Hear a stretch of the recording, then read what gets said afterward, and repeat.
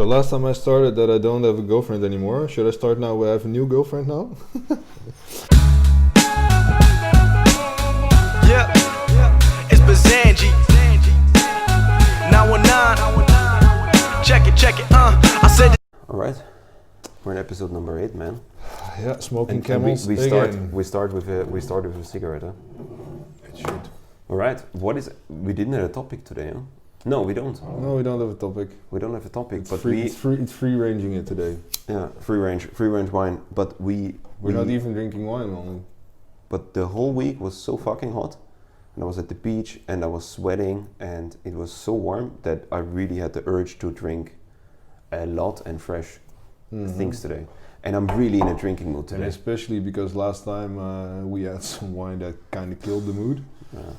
So you came with the idea to bring some cider, which is not a bad idea actually. And I went to Shoe today, where Eva was working in the shop, and because I know they have quite some ciders from Martijn, from Pomodoro Cider. You went to Shoe to buy it? Yeah. Oh, nice. You know Martijn, huh? Yeah. Of course. Mm-hmm. Of course. We went together to Latif. Yeah, exactly. He works at Vlek and he has a really good, nice, natural cider import, which... What a wine tasting. Yeah. Yeah, let's start off this fine tasting podcast. Well, everybody that's watched this more than once knows we're not tasting really, more judging. So, last year I worked, of course, in France for half a year, and the last 4 weeks, I think, or something like that, I worked with CYRIL ZANGS, which is probably one of the best, or at least he thinks he's probably one of the best cider makers in the world, but especially in France. For me, I have to agree, the way he works, it's just so puristic. It's so, everything we did there was taking time to live, taking time to eat, taking time to work, do things. Everything is done properly. How old is CYRIL? I'd say, he's kind of an enigma, this man, but I would judge him at 60. Okay. And is he a winemaker turned cider maker? No. Did he took it over from his parents? No. Did he started it? What was his background? Well, he's from Normandy, Yeah. from a small town close to Lisieux, which is pretty close to the coast. And 2 or 3 generations back, his family was one of the biggest cider producers in Normandy, but big, 120 hectares, I think he said. Is it big for apple? Is it orchards? Can you? Is there a similarity with winemakers and No. cider producers? No, like a hectare is No. small and. No, not really. The trees are fucking far apart. Okay. I think the more hectares you have, the more trees you have, obviously. Yeah. In his family is still a few orchards, and one is behind his mother's house. I think he started with this one. I forgot how many varieties, but quite a lot, I think. Or it was 120, or it was even more, or 300 or something. But Holy shit. and in all orchards are different varieties, and you pick them in different. You pick every tree 3 times, because when they're ripe, they fall off the tree, so they're in the grass. So you want to pick them. But not every apple is ripe exactly at the same time. So every orchard is picked 3 times. What is an orchard? An orchard is like a vineyard. So when I came there, the first thing you do is you have the tree. You go with your basket with 4 or 5 guys, and you start on the outside and you pick every apple. Some are rotten, some you have to clean in the grass, and it's a very it takes a long time. It's high grass. It's not so warm as in the south of France. I was on my knees because I couldn't squat really well back then. And you got to be patient, very patient. Well, if you've done that, you put tarps, one on the left side and one on the right side of the tree. Yeah. And then you have hooks, and you shake the tree like crazy until all the apples are out, and some you have to smack out. And then you roll up the apples in the tarp like a cigar, and then you pick again, and you make already your first field selection. So only clean apples.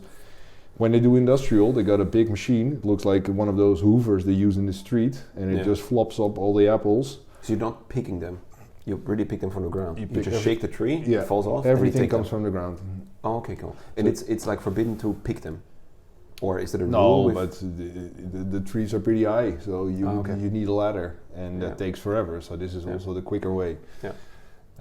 And then even if you didn't get it like this, you have to get in the tree. The first time you just get into the tree, you climb it, you shake it fucking hard, and then a lot of things come out. But if the wind blows, for instance, if the pour it in the glass, man, and they keep coming. Keep going. Small, big? They're small.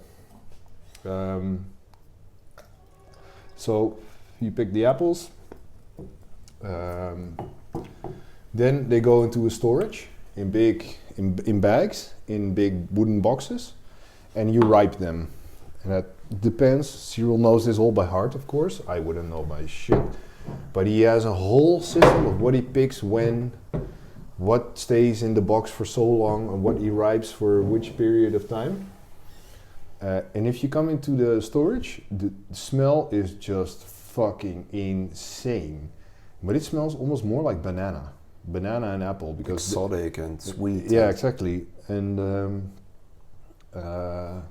so he ages them, and then you do selection. Yeah. So we take the apples from the bags, we put them on a tray, and then you roll that thing, and then you take out all the shit ones, because some get rotten, and that's also why it's good to wait and ripe them, because then you can take out the ones that are not so healthy from the inside out. Yeah. Then when this selection is done, you end up with crates full of apples, and he has a machine. It looks like a draaiorgel. You know what that thing is on the street in Holland, where they have the music come out and the guy is with the thing. Yeah. You put the apples in a bucket of water. They go up with like a thingy, a transport belt. They fall into a crusher, and then he makes MEYER, so like a layer cake. Yeah. So you have a wooden thing with lines in the middle where the juice can go through. He has cloths, cheesecloths. Mm-hmm. You fill them with the pulp. Mm-hmm. You fold it up in a certain way, which he's, again, extremely precise with. I wasn't very fast, and he can tell you how that works. And then you stack that up. I think it was 10 or 12, that was the maximum.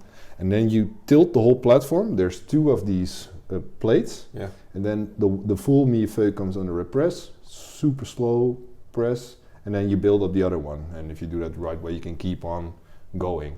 Then you take the old plaques off. You have to, in a certain way, if you hit them, and you get covered completely in apple shit, so you feel like you swam in candy.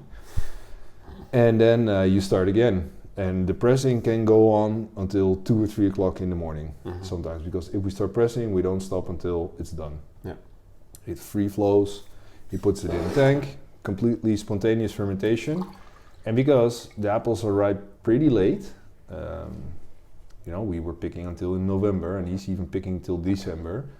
And his cellar, it's not heated or anything, so fermentation, at 15 or even lower temperatures, it's extremely slow. So his fermentation can take up to 3 or 4 months. Because it's really actually too cold, almost. Yeah, but that gives such a slow fermentation that you get crazy depth in flavor. Mm-hmm. Well, then everything is degorged by hand, so all the bottles, the cider, when it's finished fermenting, or almost finished, of course, because you want to have the second fermentation in the bottle. It's bottled, it's put in racks, just like champagne. The whole fucking storage is full of it. And then it's like champagne every day. There's so you do all these things, and then there's degorging, and then you have then you're done. Then you're done. And the interesting thing is with apples is it's not always on full production thing, so it's less vulnerable, the fruit, than say grapes, but it's a 5-year cycle. So it'll give a little, then it'll give more, then it'll peak, and then it will go down again. So 1 year you'll have, I think his maximum is like 25,000 bottles. It's super small production. But like this year, 18, he only had like 2,500 bottles. Which is pretty gruesome business model. The 5-year period, is it the bottle what he has on his own winery, or is it like he fills it and then you have it and then you can store it for 5 years and then you the production of the apple trees. Oh, that's what you mean. Okay. Yeah, Not so in the it- bottle, it- but really the tree. No, it doesn't give so much bottles, so much Okay. apples every year. Okay. I think last year was one of the better years he did when I was there. So I think he said it was his best probably. And then he makes a couple of cuvées. He makes Ciderman, more entry level, which he only does in small bottles right now. Then he has this, just as regular CYRIL, Yeah.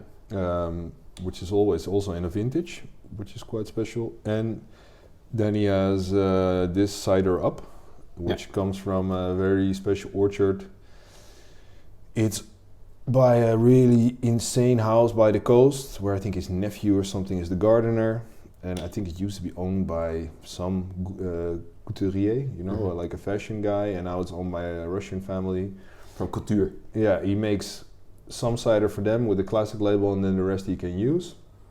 This year it was integrated into the Brie, that's why there's the little red D in the middle of the label, because that has a red label, this cider up. So when the D is red, the this cider up orchard is also in the in the regular one. Cider. But you can age this. I drank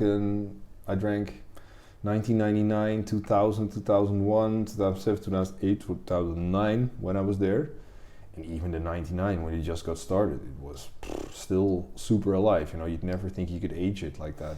How is it when you drink old cider in bottles and you have it stored in your wine cellar and you drink it after 5 years? Yeah. How does it change? Fucking good. Yeah, it'll, like wine, it'll lose some fruit, but this cider at least didn't really lose complexity. It didn't lose acidity. It didn't get stale. I can imagine that the acidity is really stuck in it, so the acidity actually keeps it surviving over years.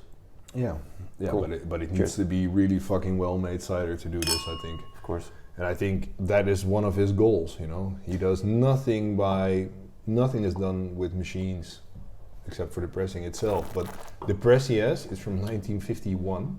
Fuck, man. Yeah, it's a fucking huge old thing. When you turn it on, it makes... I think that whoever lives around that cave, they are fucked whenever he presses, because we were wearing headphones covered in rain suits, then you put on like a rubber apron, and then still it's fucking everywhere, that shit. And how in the rain. How did you met ZANGS? Because I remember when we were working at Partisan that you all of a sudden showed up with the cider, and I fucking loved it, and also the people loved it.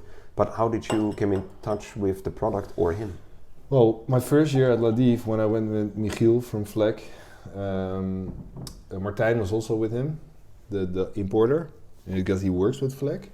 Martijn is from Pomdor Cider. Yeah. And he specialized in importing ciders and selling them in Holland. Link in the comment section. Thingy there. In the comment section, which doesn't exist. No.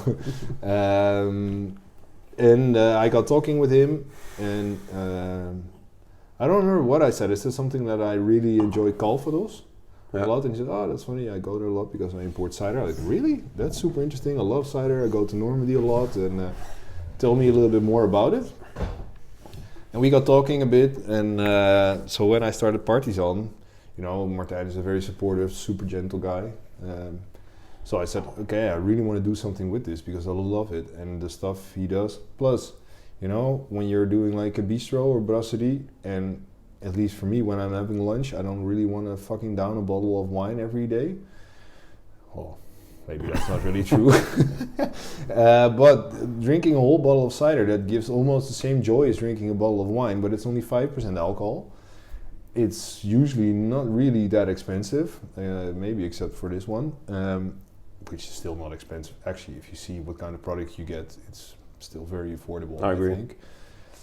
So I thought, yeah, why not? And we did in Partisan probably like 6 or 7 open ciders by the glass, and so every year... flew off the shelf. Yeah, it was really good. And I think in that first year, Martijn always did a cider festival. It's called the Forbidden Fruit Fest, where we had the glasses in Partisan from as well.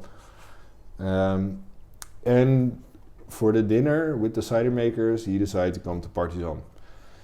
So first I was working, and then the guys were there, and I joined the table, and then CYRIL was there making his horrible fucking jokes and making fun, and he's just he's a pretty direct guy. But we got on pretty well, got drunk pretty badly, and I really enjoyed that with him that night.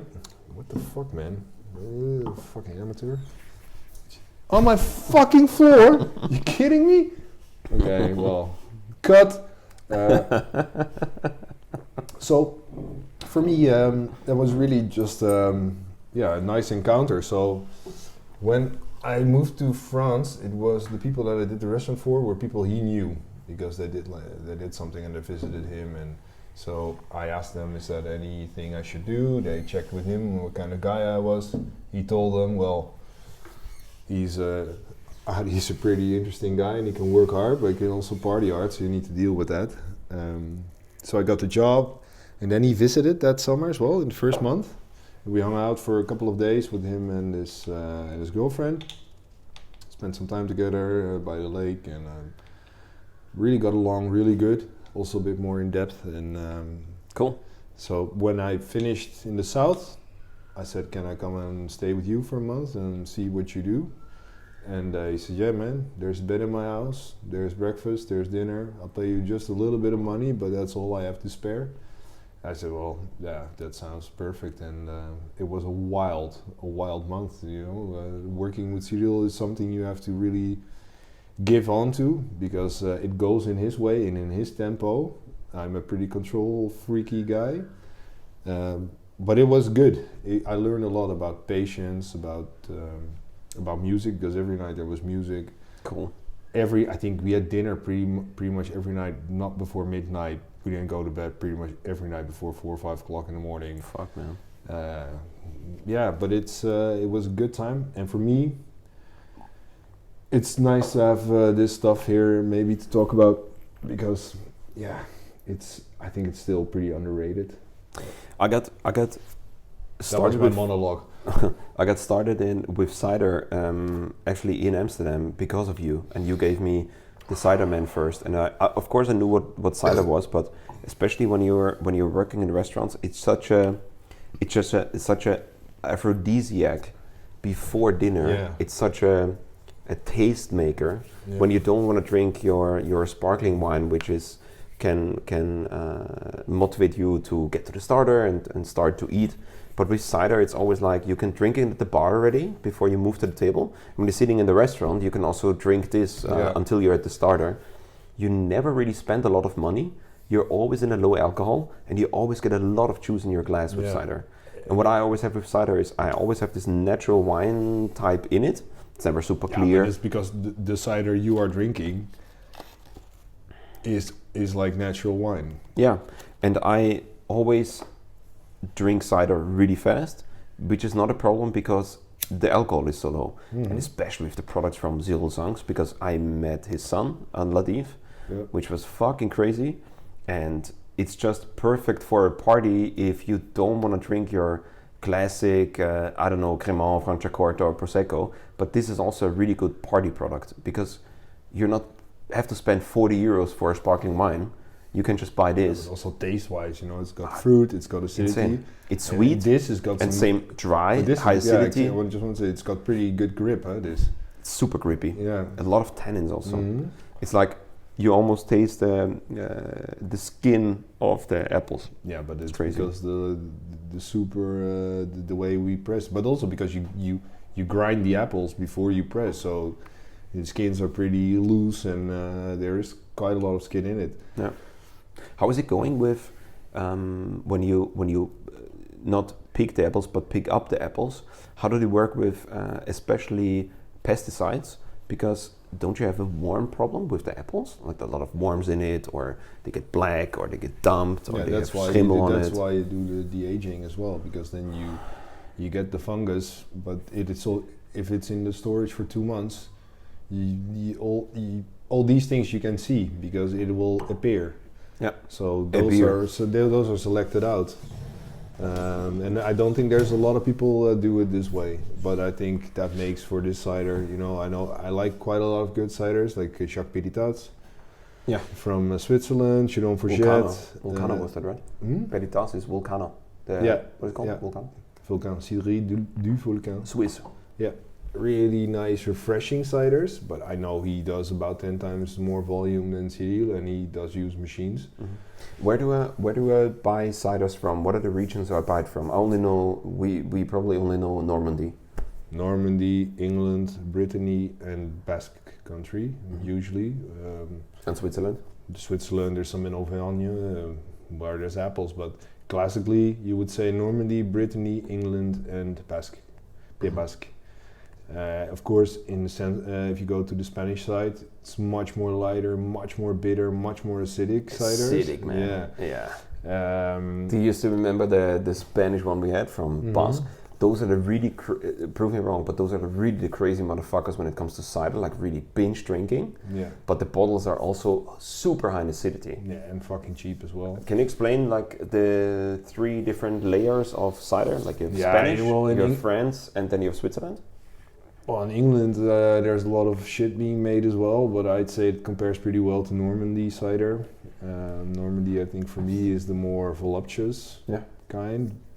Brittany, while it's even more warm, you'd expect a bit more full-bodied cider. Do you mean Bretagne? Bretagne. Or Great Britain, Brittany? No, that's Britain. Brittany is Bretagne. Yeah, because everyone knows that. I don't even know that. But I think for me, as I see it, it's a bit different. So plus, in Brittany, they do a lot of pear cider. Okay. In Domfront is where they make crazy poiré, pear cider. Yeah. Much more light-footed. But maybe that's also because I considered Normandy cider to be this. The Swiss one I wouldn't know except for what I tasted from Piritas, which his style at least is much more lightweight, fruity. Beginner drug. Yeah, but also pretty complex stuff if you taste it well. But for me, it has to do a lot with the production method, you know. And here you can just feel the weight of how slow it's been fermented, how slow it's been pressed, all the time and patience really comes out with this. So, yeah, for me, he's the, you know, they call him the doctor, but also because if you've had, like in La Dive, we had, we came back on the last day and I was super sick. I had an insane bad flu, and then you're drinking wine all day, and I was really, I couldn't go on much longer. But then you get 2 bottles of cider on the table, and after you feel. After dinner, if you had 3 bottles of wine, you take a bottle of this, you are rejuvenated. It's just so refreshing, and you're good to go again. It gives you power, it gives some energy, there's some sugar in it probably still, so yeah, enjoyable stuff, man. Something that shouldn't be underrated, so I hope that one of our 100 people that will watch this goes to the site of Martijn. My mom doesn't like cider. No? No. Did you ever taste this? Bam! There you go. That's not. There you go. With that's just not cider. No, but but like a day with this guy would be like we take our time for everything. For getting the right bread at the right baker, getting ham at the right butcher shop. The doctor. So yeah, sometimes you know I get out of bed at 8 and he get out of bed at 10, and then first breakfast. Take your time. Tea, bread, then a coffee, then a shit. And then we'd go and get lunch, get some cigarettes, and then we'd sometimes show up at the orchard at like 12:30, and it'd be the big question: first lunch or first work? And some days we would start with lunch, and lunch with CYRIL is also not like a normal working lunch. It takes forever. You know, everything is taken in its course. So lunch could be an hour and a half at least, you know, a bottle of wine, maybe a calvados at the end. His mother would come up with the home-baked cake. And they would bicker a little bit, like a mom and a son. That's super cute. Then you need a nap. No, then maybe at 2 we would say, yeah, let's go and work. We pick apples for 2.5, 3 hours. It gets dark, and we're like, yeah, let's pack it up, and we go home. Get food, light the fire in the house. First aperitif, because he makes a super good eau de vie.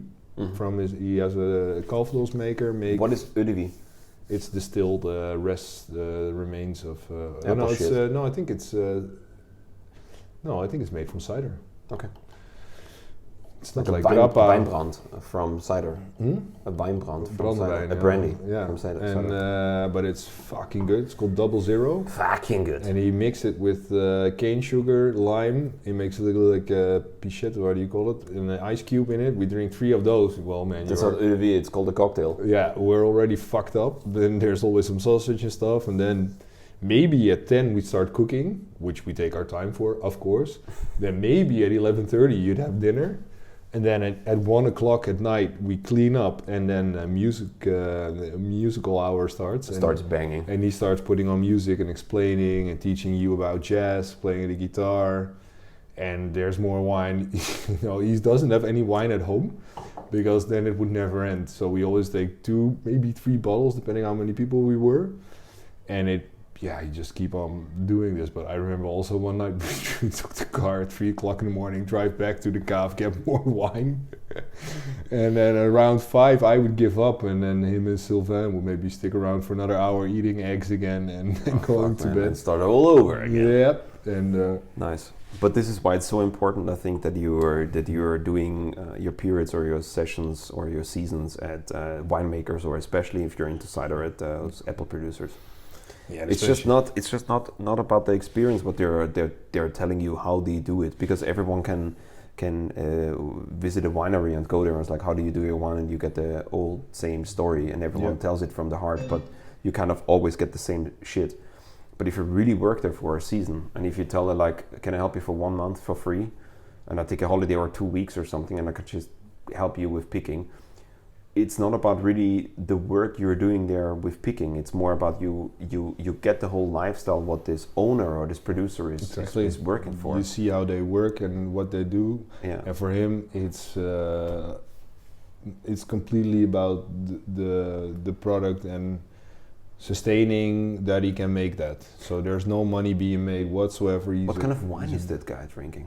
Fucking good wine, No, but what? Natural wine, Oh, Loire, some. No, but he used to be a salesman for production devices for cider, and I think also same company made wine making machines, or they sold it.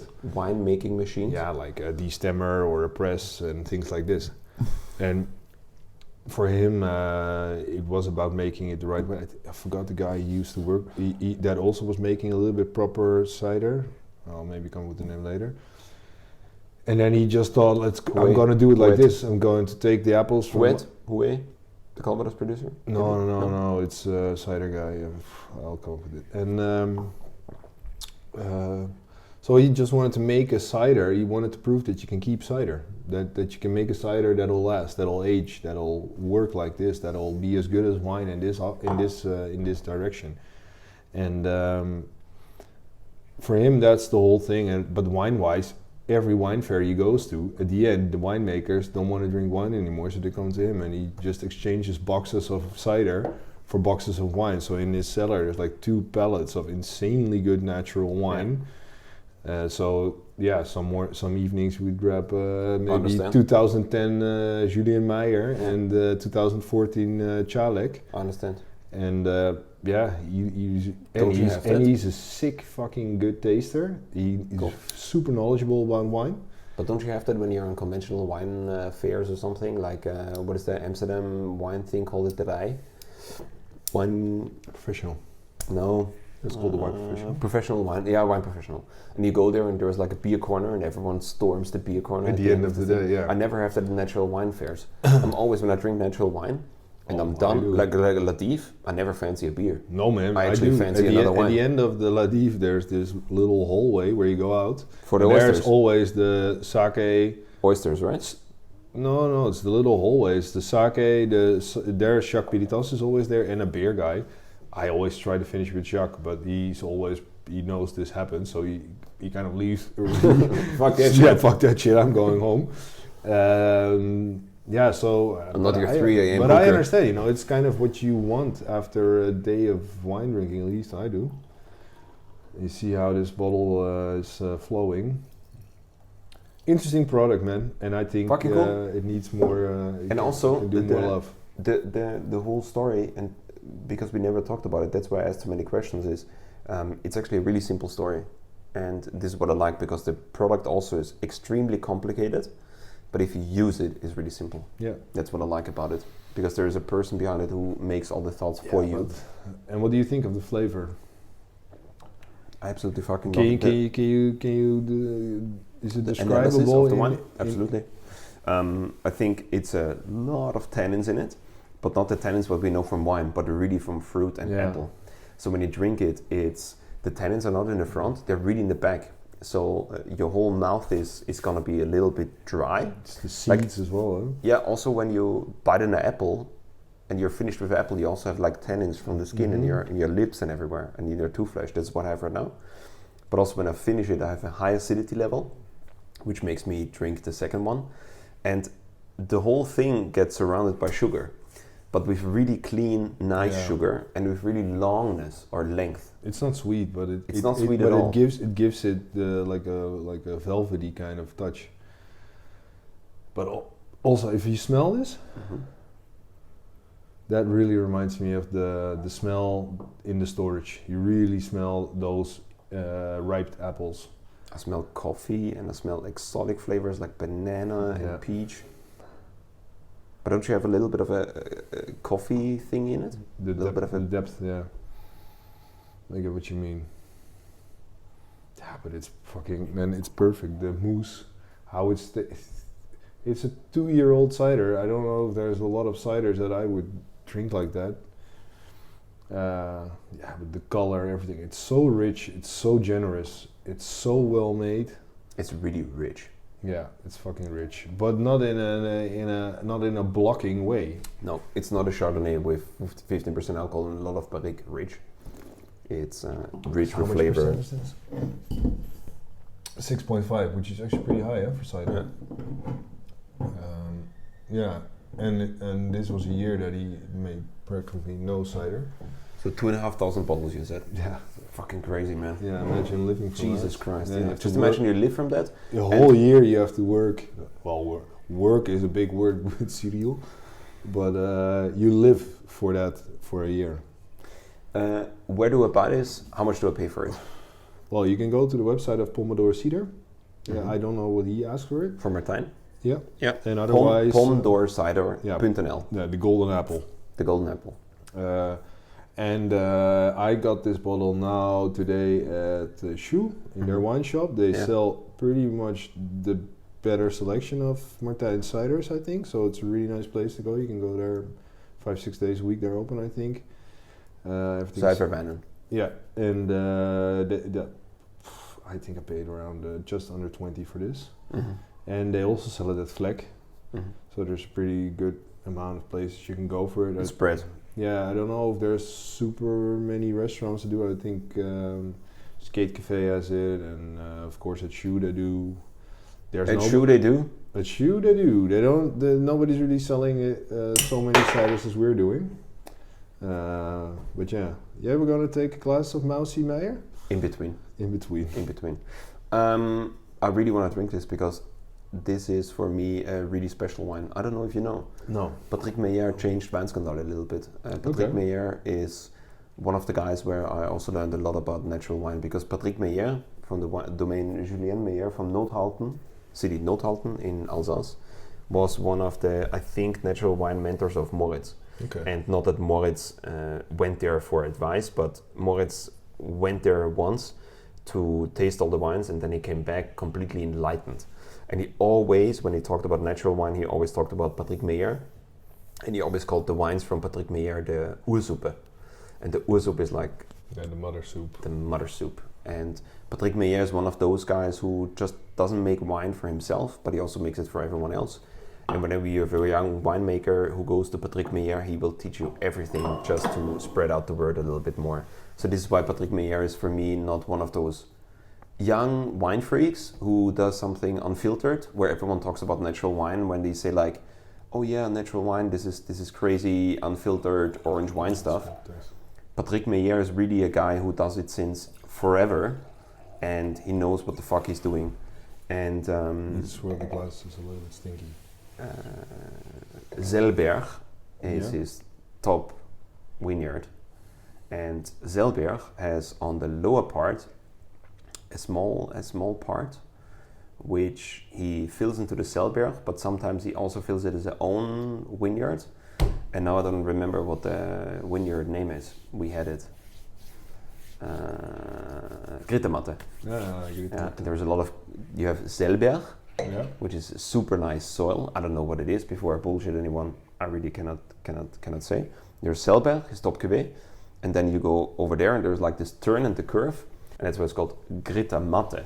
And he makes his own parcel exactly from that turn, which is called Grittematte, and it's half the price, but it's actually Selberg, but it's just the lowest part of Selberg. And this is what Patrick Meyer is doing. Cool. And Patrick Meyer, did you ever met him? Yep. Whenever you meet him, it's like this super wise, calm guy. Yeah. And whenever I go fucking knowledgeable. Yeah. And whenever you go, he's like a Jedi. He's like Yoda. And when you go there and you wanna taste his wine, it's not like that you just pick what you wanna drink, but he always asks you like, where do you come from? What are you doing? Are you a sommelier? Are you an importer? Are you a reseller? Whatever. And then you always have I always had a conversation with him where he asked me like, okay, where are you from? Yeah, I work for Mindskandal. Oh, cool, with Moritz. Oh, nice. I think you have this and this in your portfolio. Maybe you want to try this. What do you think about it? Give me feedback. With it this and that vintage. And this guy is not one of those crazy natural wine guys. He's actually one of the wise guys. Cool. Smells like Riesling. This we have to maybe say this bottle is open for 2 days now. Huh? Yeah, this is open for 2 days, and this is Riesling Selberg Hermitage 2015. 15. Yeah, so this is 5 years old. Arjen opened it 2 days ago, and it's without any sulfurs. Yes. Jesus. 12.5% alcohol. Not too long. Not too. Yeah, for me, like there's a couple of guys in Elsass, you know. For me, it's, one of my favorite winemakers to ever roam the planet is Laurent Banwart, which I still think every time I go to La Dive, I'm blown away by this guy. Not in the last part because he has hands bigger than my fucking body. He's got hands that are like this big. We call it, in Austria, we call it Kanuitdeckelhand. What? It's Kanuitdeckelhand. That is actually Viennese. But it's like you have when you go on the streets, you have like those kennels, and you have the tops. Now, what do you say when you have like the water flowing under the street? Yeah, like the put. Where the shit goes down. Yeah. You have the round things yeah. on top, and it's a kanaaldeksel. Kanaaldeksel in Holland. Puntdeksel. Yeah, puntdeksel. Yeah. It's like puntdekselhandjes. Puntdekselhandjes. Puntdekselhandjes. That's it's like nice. He has a huge He's got huge hands. But I remember the first time he shook my hands, I was mousy, like, man. I told you. That's mousy as fuck. Yeah, it gets mousy. It's not that mousy. First you can enjoy it, and then no, it's really good wine. But if you open it, I always had to with Patrick Meyer. I had 2 times I already bought a bottle of Gewürztraminer from Pierre Frick. Yeah. My fucking god, that shit is so good. When I was there on Wednesday, I took a bottle. I drank that with a girl here in, I think, under 35 minutes. That was also great. So for me, Frick, Banwart, those are really good. But styles are completely different. This is, he's super clean, and the wines they show, the wines they show so simple, but they are so educated. They're interesting stuff. We use a lot of the entry cuvée, Mary Coquillage. Silvana. Yeah, but it's good, man. How much alcohol is in there? 12.5. If someone really wants to learn what natural wine is all about, I think they should drink Patrick Meyer, because this is not, and I cannot say it enough, this is not the crazy unfiltered orange wine stuff. This is really, if someone ever doubts the quality about natural wine, you should drink Patrick Meyer. You should. And because all the people are running to Gannevat or Jean-Yves Perrault or something, you should really drink a glass clear, fresh, open bottle Grittematte, Selberg, Mère Coquillage, Silvana from Patrick Meyer, and then you really understand that there are guys out there which do that since decades, and they also really think about the clarity and the acidity and the sugar levels and the dryness of Riesling. and then you drink this, and then you really understand that natural wine can also be quality. Yeah. I had a conversation this week with one guy, and he told me... But he's not the only one that can show that, but it's a good no, example. of course not. And I think we're in episode 8 now. We showed that quality prevails. But you always get put in this cupboard with, but natural wine is this freaky stuff. This is not freaky. This is glass clear Riesling. Glass clear. And I had a conversation with a guy. You don't think that an old school wine person that hates natural wine, do you think they could drink this and tell it's natural?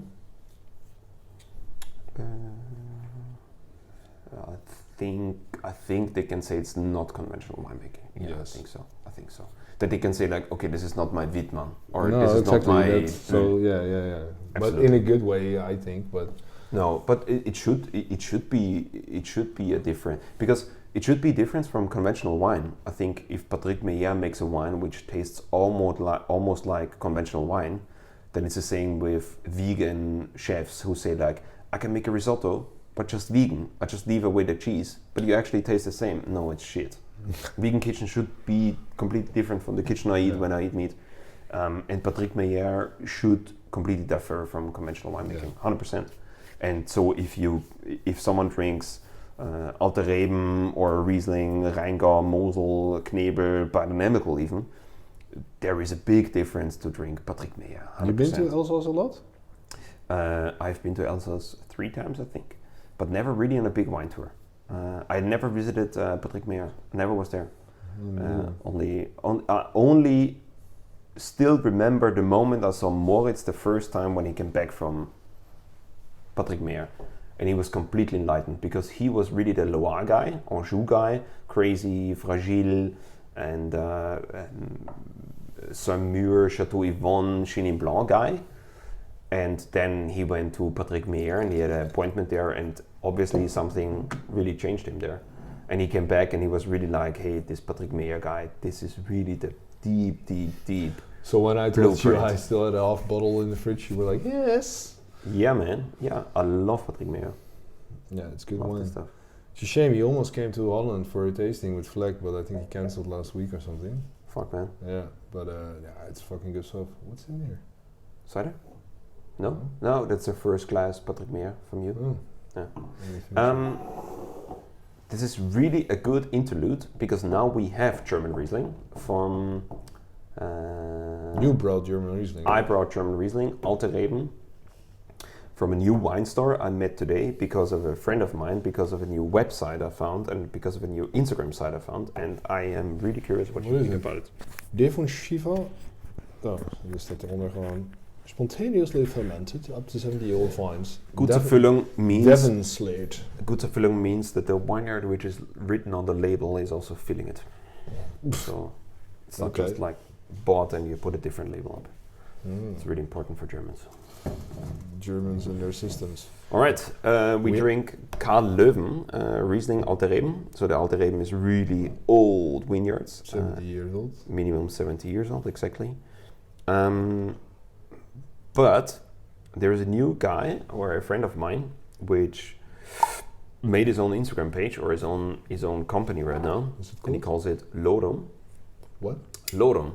It's a Lodem. Dutch thing, right? LOEWEN is get drunk, or let's just let it go, LOEWEN. or I LOEWEN. don't know. No? He told me. And LOEWEN is a new Instagram page or idea what he has, where he was like, he's a former... You're such a professional wine opener. He worked for Bordeaux, and he also did a shitload with wine there. And he always talked with his colleagues about wine, and everyone was super high sophisticated, and everyone was circle jerking. And then he was It's like, a Dutch okay, guy. huh? A Dutch guy. A Dutch guy. And he What's was his like, name? okay, I'm really done with it. No, I'm not saying that on the podcast now. Oh. He's really done with it, and when he goes wine drinking, he's actually similar than what we are. We just want to drink good wine. It has to be good quality, but we can spend 120 euros on a good bottle of wine, but we also spend 90 euros on a nice cider, and then we're happy with it as long as the product is good. So he found a page, it's called LOEWEN, and he just posts wine every week, I think, of what he loves to drink, what he really drinks every day, Yeah. under 15 euros. And he posted this wine, and I was like, I'm gonna drink it now Where with did you. you get it? I got it at the wine shop on Museumplein when you are driving the Conservatorium Hotel and then to the right. And there is a wine store which is called on the left side. Wijnhuis Amsterdam. No. No, dat is een Koninginnenweg. It's called Pa something. It's a really strange name.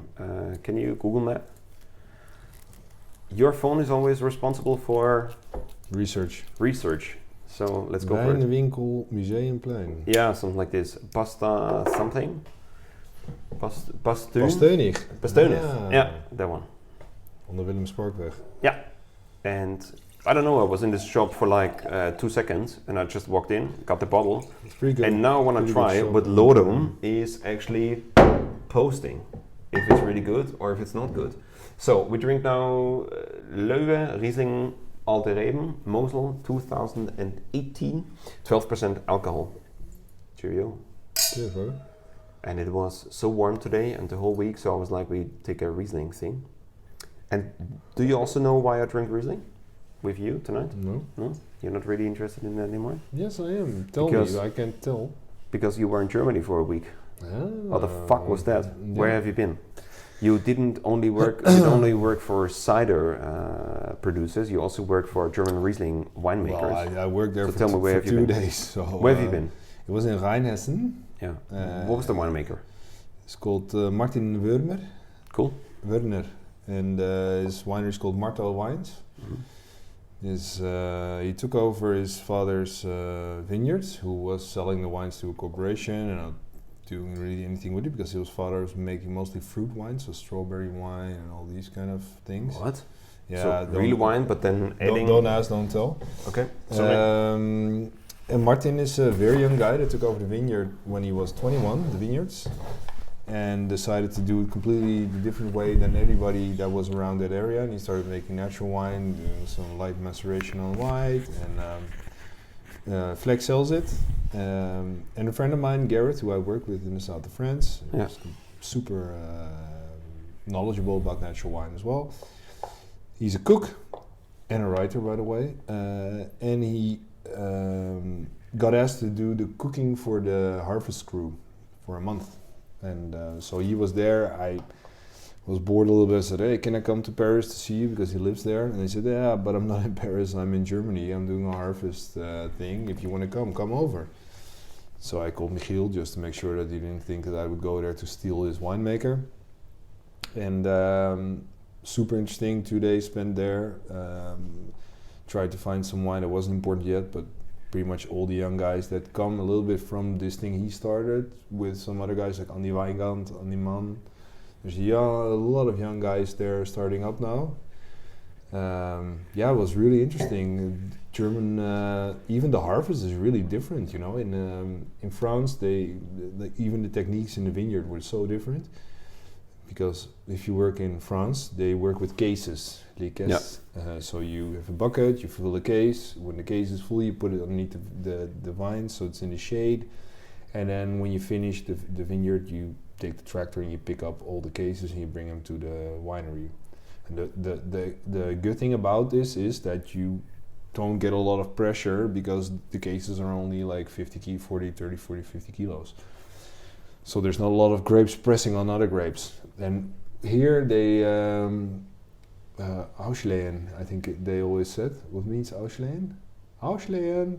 It's like emptying or something, I think, or not? Ausleren. Leren, yeah. Uitleren. Yeah. So Ausleeren. you have your buckets, you have to stay really in one row with everyone, so everybody's helping. It's Germany. Everyone has to stay in one row. Yeah, we have to all stay in one row. The tractor is just behind us, and then when the first one has his bucket full, he screams, Ausleren! Außen! Ausleren. Yeah, and then we have to pass all the buckets to the one that's in the line with the tractor, and it goes into this big case, and you empty it, and it's a different system, because sometimes I felt it's not so efficient, but I think it's more efficient, of course, than the French way. But the thing is, of course, one big case is a lot of fucking grapes, so you get a little bit more pressure, so it could bruise the bottom grapes. But because it's not so warm either, it's not a real problem. And I actually quite enjoyed this way of harvesting. It was more communal. Yeah. because in France you're just with two guys in a line and you're just going, and here you were more in a like an organized thing, and they really German. Yeah, they were really strict on it. Yeah, you gotta keep one line, and How many people were you picking? I think 8 or 10, not so many. And how big was the The harvest? vineyards are fucking different. Like we had a Dornfelder plot where I could do maybe one line with somebody else in like 3 hours. It was like I thought it would never end. Mhm. And A lot when- of different cepage, you know, they have a lot of different grapes. And it was super interesting. But it was 100% Dornfelder. No, we did. I think I already in 2 days did like 5 different grapes. Okay. And the winery itself is called what? I have to sum it up a little bit now because Marteau Wines. Okay, Marteau Wines. Yeah. He's a natural winemaker. Yeah. What grapes? What kind of wine varieties is he doing? Yeah, like 7. So I don't exactly Okay. know everything, but it's He does everything from Riesling, Pinot Sylvaner. Gris, Pinot Gris, Pinot Noir, Sylvaner, Riesling. Some other grape I forgot the name of. Dornfelder is a lot of the red. I like Dornfelder. His girlfriend makes a pretty good pet nut from Dornfelder called Frauenpower. Cool. Van de la, of what's it? De la Gamba, because that's her name. Van de la Gamba or Wines de la Gamba. How did you found him to work there? Because of Gareth, Okay, like I said. you And, just asked him. No, yeah, I just told him, can I come and see you in Paris? He said, no, yeah, you can come and see me, but I'm there. And I told him, okay, come Yeah, by. okay. And first, I could cook with him and not do the harvest, but I told Martel, yeah, of course I'll come and go into the vineyard. So Okay. first day, I think we started at 7, finished at 9 in the evening, 8. We did some maceration, so it was the first time for me to do piégeage, you know, with my feet Cool. in the grapes. I know. I saw the picture. I got a huge Well, fucking wasp bite here. My arm was like this big. Oh, fuck. I asked you because you were standing in the cask with I think the guy. Yeah, no, that's the Freek. He's a guy from Utrecht, actually. He does a lot Okay. of cool pop-ups. Cru. Dot wines. Let's stay on the point here. No, You were standing in the. I'm just dropping all names. You were going all over the place. You were standing at in the cask where you were Yeah. pressing the grapes with your bare feet, and I told you like, oh, you have a selfie stick because the Yeah. picture was so wide away, and I was like, Yeah. then you said like, no asshole, there is a chick standing on the next cask Yeah. taking a picture of me. She was in the cuve. So she Yeah. was standing because he's a pretty he's a really good winemaker. So yeah, he filled up one cuve with a whole bunch, but they needed to be macerated just ever so slightly, just to get a little bit more stuff going on. Yeah. Then we had 4 or 5 of these cases which we pressed really to shit until we. But it's really weird. You're standing on top and it's solid, and then you start going down, and in the end you're in a soup. And then he would leave that for a night, and then he'd drop it, and then but he's completely mixing things all the time. In every part of the process, he's putting in the new cubes, adding things, and really Since when like is he a doing wonder that? worker. Since when is he doing this winery? Since 5 years. So since he was 21, he's 26 right now. Can you imagine like when you're working on the job, like you're running a restaurant, you're learning every day. Like you're learning every day with like, oh, yesterday I tried this, now do this. Or also over the months and years, you're learning every day adaptations and how you can do things better. Just imagine with wine, when you pick a vintage, you go into the fermentation process and you really foot press it. There's only one learning process along You 2 got months. a whole year to think once about a what year. you're gonna do. Yeah, you can. And next year, Yeah. so someone says like, I do wine since 10 years. You had 10 learning processes over 2 months where you adapt. It's fucking bananas. Yeah, and then It's but crazy. also, and the guy, he's got a bigger picture. So since 1 or 2 vintages now, he wants to keep. He doesn't want to sell 19 and 20. He wants to sell 18 and 20, and he wants to keep the wines for a year longer than people normally do. And now he's got to the point that he finally got up to that point that he can keep. That he's still selling 18 now. He doesn't want to sell 19 until probably the end of this year. And all these little things, this guy is so interested. Crazy. And I have probably never met a more critical taster than this guy, even about his own wine. Super critical. And just a fucking smart guy from a village in Rheinhessen that's absolutely nailing it. the wines are not expensive, I think, for what you get. Yeah, nice guy. But let's talk about this wine a bit. Let's. How do you like it? Yeah, sorry. How do you like the wine? It's clean. A bit too clean for my taste, but Absolutely. It's not natural. It's important that we drink this as well. I want to know your opinion about it. I'm waiting for in the first nose, I was pretty disappointed. Now there's some Riesling coming through. I think this would have been a good candidate for decanting. Really? Yeah. I think I think I would open this the day before because I really want to see what happens with it like tomorrow. But well, after Meyer, it's kind of fucking clean. no, it's extremely clean, and that's also the purpose of the wine. It's not natural or anything. It's not even biodynamical, and this is why it's important that we drink this in between as well. This wine is a classic Trichter, like it's really like this. It's a flipped pyramid. So you drink it in the beginning. There's a lot of sugar and a lot of fruit in it, and then it really goes tight in the throat. I have to say the aftertaste is really interesting. I think how that's exactly what you say. We don't have to be, Arjan, we don't have to be careful here. You can go I'm all out on it. I'm going all out. Okay. But I have to say that well, that's already a thing. I have to burp from this wine. That's not a very good sign. But there's a nice longevity to it. There's a nice duration in the flavor. It's clean. I don't think it's super sulfured, but there is some.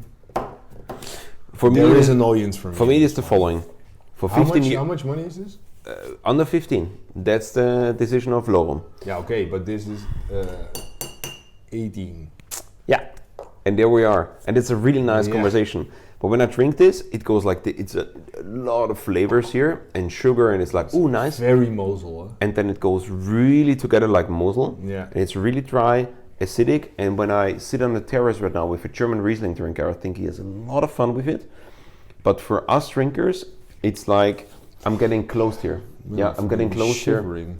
I'm getting close here to get the second glass. Yeah. But the idea is really good. That I'd rather drink this with mouse than another glass of that, but yeah, true. It's an interesting thing. But we have at the Wijnfiet, we have Hofgut Falkenstein, which is it is pretty much natural wine, and it's maybe also the style just of the Mosel that for me it's so clean, it's so pure. I do get that with this, you know. The acidity is banging for me. Banging. Yeah. That's really good. I think the nose is not super attractive, but I think it'll open up.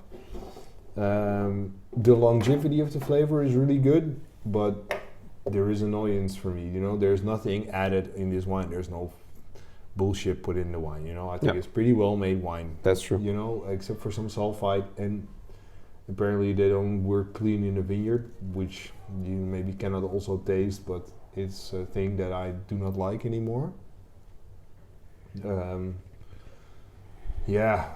Just energy and interest wise, it's a bottle I'd never order again, but it's funny to taste those next to each other. And that's important. But this is also that Elsass, we drink. This is Elsass. This is most. But this is but this is what I meant. A Riesling drinker, when he drinks Patrick Meyer, he will clarify it as natural wine. Will see recognize it as natural wine, but it's a different thing. But it's gonna tell you that natural wine is quality. But there is one last thing. The two things here are two quality products, and one is quality on the conventional side, which is good, and one is quality on the natural wine side, and both are good. And whenever you have this in the blind tasting, and you're really so objective that you say like, okay, this is made like this and made like this, it's like a Lamborghini and a Ferrari Testarossa. Either you like the Gallardo, which is like really, I have big balls but hairy, or I have a really clean cutted dick. Yeah. You know, it's like two different things what you want. But also that was a horrible explanation. No, it's not bad. But for me, in general, I think I enjoy Elsass wines more than Mosel anyway. 100%. Like I said, the Hofgut Falkenstein also did a little bit of the same for me, even though it's made much better. But I have to say, there is a nice core of some wateriness in this wine. There is some drinkability to it. You know, 100%. We are both, of course, from drinking proper wine or natural wines for a long time. We have a blockage with this, and whoever, people say it's sulfite. Yeah, I don't know if it's that. I just think that, it's the idea. No, but I also think it's because I didn't know if it would be natural or not. I don't know. But it's you feel it here. It's burning. It's burning. It's like you need a cigarette or a beer, right? And this is what I was. It's enjoyable wine. I think if you give this to other people that enjoy more, it's sticky. Actually, I don't know. I'm not sure about it.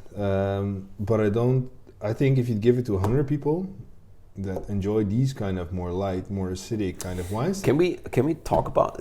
I really want to talk about this because I talked to the person who gave me this bottle, and he says, I really don't like natural wine.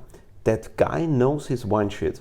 He is a person who cooks good, but who drinks. Why does he not like it? That's the question. Yeah. What do you don't like about natural wine? No, why don't you like he's going to wine? listen to this, so let's really have an open conversation about it. I would love to invite him once to the podcast, actually. We should do that. Yeah, sure. He really knows wine. He knows. Need to burp all the time. He knows at least some he at least knows a big percentage of what I know, but he has a different background and I have a different background. I'm good at Bordeaux Burgundy, he's good at something else, But we had conversations about wine and I completely agree with him. He was like, yeah, like this and this, and I was like, I love it. And he said, but with the natural wine thing, I can't really come familiar with. And I was like, I understand.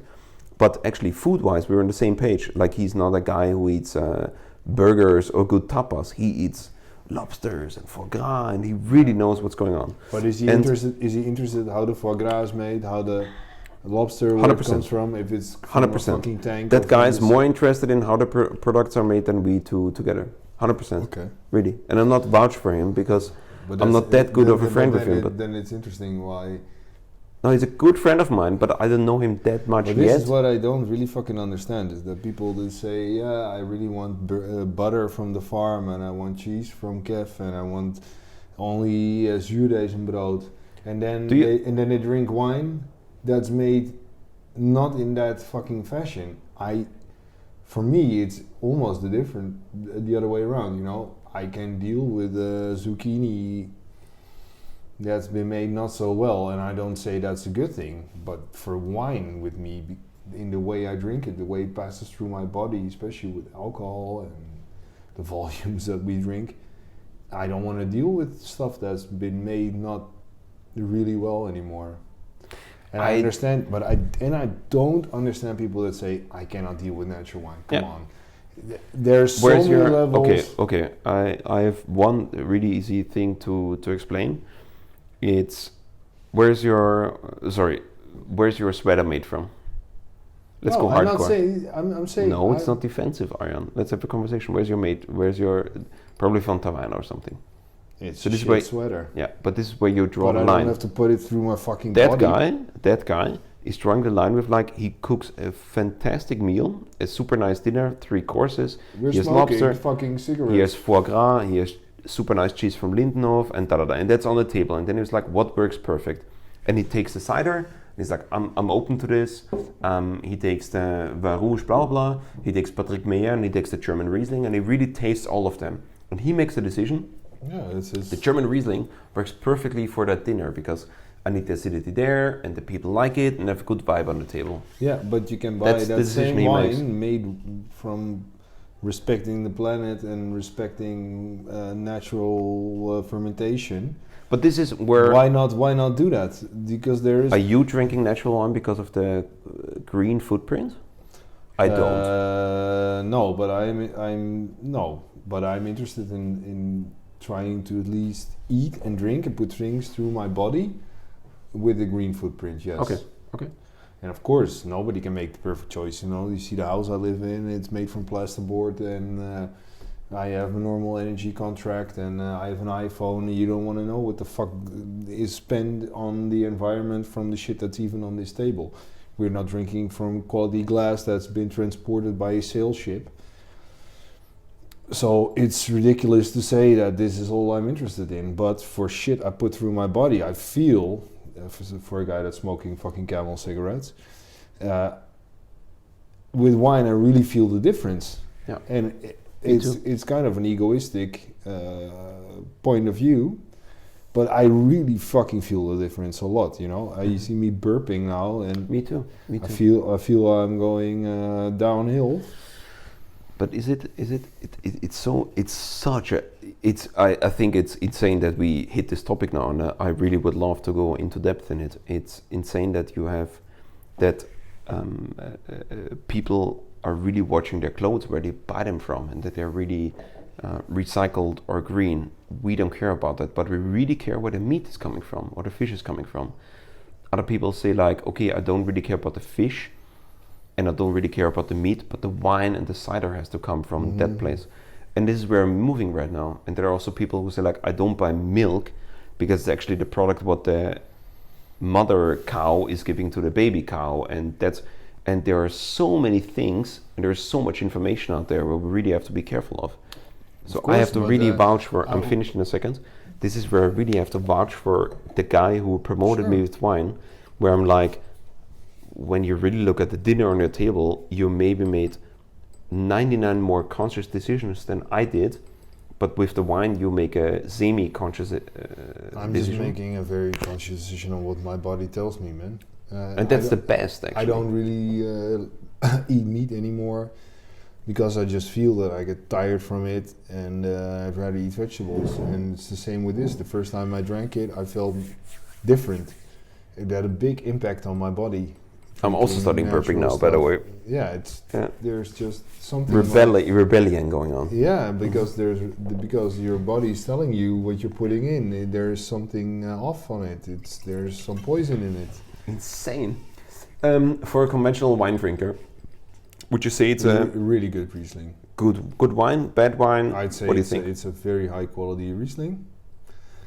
So we say, and where I can tell that there's not a lot of fucking about in the. I don't think there's, they don't add acidity or they add all these fucking chemical products, especially also with this price level. It's easy to tell. But you know what would interest me? If this person would make one cuve of say 1,000 liters, and he would try to make it natural. And what the difference would be if he'd use no sulfites, if he'd use no filtration, if he would not do his tricks. I think it would be a better wine. I think the wine would be super interesting because this is apparently not a winemaker that fucks about. This is a guy that knows what he's doing. You can tell in the wine, it's fucking balanced. Acidity is smack on point. There is fruit, there is pretty fruit in there, I think. But then again, why not try to make it the right way? It's like, yo man, I'm starting a bakery. I'm buying the most expensive flour. I did all my education with a great baker, and then I decide to add some yeast from a factory. I really don't get also. In the vineyard, I even get it more because you're taking away the risk for your livelihood. You know, when you're spraying, you know for sure you're gonna make a good yield or a better yield. But in the winemaking, I don't get why people would not work the right way with spontaneous fermentation and not breaking it and using the tricks that are maybe 20 years ago, 10 years ago, it could get out of control. But there's so much information and knowledge now about how to make proper clean wines and how many tricks there are to do it without adding chemicals or using that kind of shit, that I don't really kind of get why people would not do that. Yeah. And if people say I don't like natural wine, there for me also, it's like me saying I don't like conventional wines. I'm open to it. I'm just gonna say how I respond to it and what I feel and what I taste. but I'm not judging anybody that's doing conventional wines. It's also, there is one point which you really hit the everything on the nail, and this is about listen to your body, how it's reacting on it. And I never did that because I drink conventional wine, and you know me, like you're really down the rabbit hole on natural wine, and I'm always trying to keep both parties happy. And I always have the meaning of when you drink old 80s, 90s, Leflèvre, Ramonet, and when you drink new natural wine, they're both really good and they're fun, but also how your body reacts. And we had the whole wines, and we had a lot of wines here, and when I drink the German Riesling, I say like, oh, that's good. And after 10 minutes, I really start burping, and my body is like reacting to it. I didn't drink any water until we started drinking this. Mm-hmm. And now you start, because you never drink water in one of the episodes. But this is your behavior on it, and it's perfect, because there are also people who are eating cheeseburgers, and there are people eating lobsters, and there are people who are eating biodynamical, I can eat a fucking whatever. Big Mac, man, but I know what my body will scream after I do it. It's gonna scream for a liter of water, and I'm gonna be fucking shitting within an hour. Yeah. And this bottle makes you want to pee, burp, and drink water.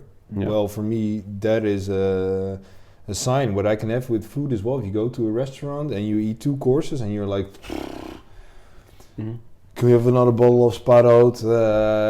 And a beer. I need fucking cocaine and a cigarette, and I need to go outside and fucking stand up. Yeah. And there are sometimes you have dinner, and after 2 courses you're getting fired up, and you're thinking like, yeah, man. So why we drink natural wine is because of the energy the bottle is pumping into our body. No, that's one of the reasons. But for me, also the flavor profiles are more alive, more interesting. Here the flavors are also constant, you know, so the flavors are kind of dead. They are there, it is what it is. It will not be better tomorrow, it will not be better in 2 hours. It's just where it is. But you can also store it at 35 degrees, nothing will change, because there is nothing alive in this bottle. Cool, I love it that we keep those episodes so truthful. And that we're not biased on any wines, because we don't want to... No, but on the other hand, you know, you got to respect what this product is, and that I can tell that it's been made by somebody that's knowledgeable, that's putting a lot of effort into this wine. This is not a wine made by a guy that's throwing his head at it. Yeah. But is it pushing my buttons? Not really. Not the right ones. You're getting stuck. You're getting stuck a little bit. Yeah. Okay, should we wrap it up? We're gonna wrap it up. So We're gonna wrap it up. Cider. Cider, man. It wins, huh? Cider, man. But it wins, huh? It wins.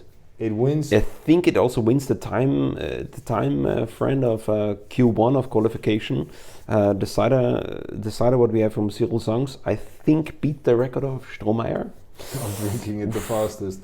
I think on episode 10 we should drink Strohmeyer again. I said, on episode 10 we should drink Strohmeyer again, because that was the fastest bottle of all time. But if we ever drink cider from CYRIL again, we're gonna do that as the last bottle. Yeah. It's a bit dangerous. Yeah. But after if we would have another bottle, we would open it now. Yeah. That's for true. Sure. If 100%. If you would ask me which of the the three, winner of the fucking day. CYRIL. Le docteur. ZANGS. No, I think for me that put me up.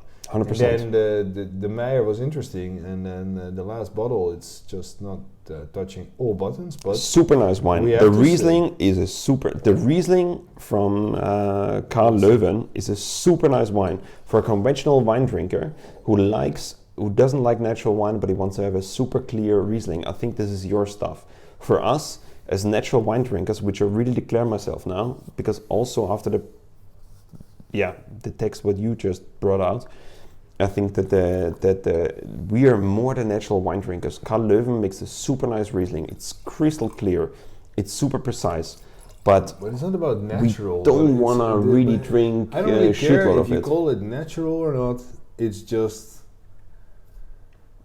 You know, it's like listening to music, and you listen to an album, and then after 4 songs you're like, yeah, okay, or I fall asleep, or I'm going to put something else on. And you also have music that you put on and you think, oh, I'm gonna put this song on repeat for 15 fucking times. And this is a song I put on repeat for the whole day. And this is something I'd listen for like 2 times and I'd say, yeah, nice song. but I'm not gonna put it in any playlist. Yeah, that's true. But I understand that people like it. Yeah, and good wine for 15 euros. This is how we're gonna wrap it up. This is episode number 8 of Arnold, and this is how we go. And cheerio, have a nice weekend, motherfuckers. And we'll see you on the next one. We drink the MEYER. We have 2 more episodes. Mouse or Mai. 9. Mouse and Meyer. We have episode number 9 and episode number 10. And I think we made the decision up.